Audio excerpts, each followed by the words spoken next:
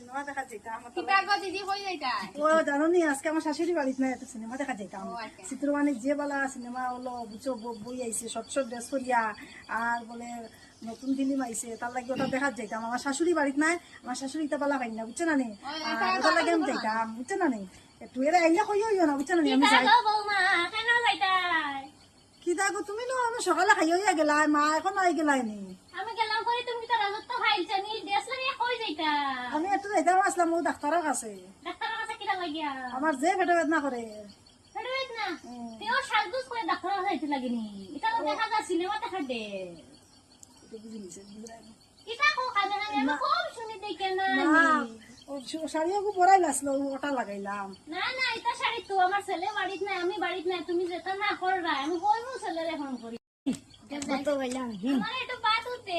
তুমি করে যাও আমি আইয়া ডাক্তারখান দেখাই আই গিয়া আমি সিনেমা বিমা দিতাম না ডাক্তার দেখাই আই আইয়া বাদ না রে দেখাই গম ঠান্ডা খাইনো ভাই আমার গরম ভাত চাইতে দে কইলাম একটু করে আইয়ার আমি আই যে পরে শুনে আমি তো বুঝি না আমার একটা গায়া কইতে কই যাইতে গিয়া কোনো আন নাই তো